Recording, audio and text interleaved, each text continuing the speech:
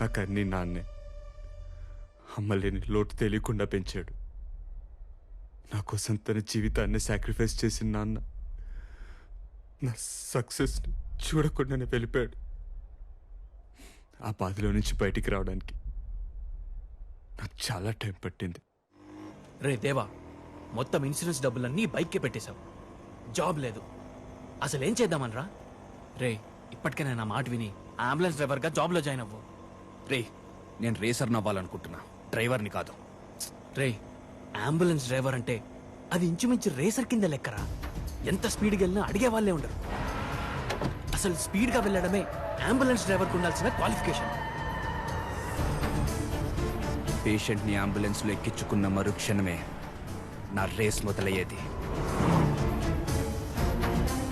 ఆ పేషెంట్ని ప్రాణాలతో హాస్పిటల్కి తీసుకొస్తే నేను రేస్ గెలిచి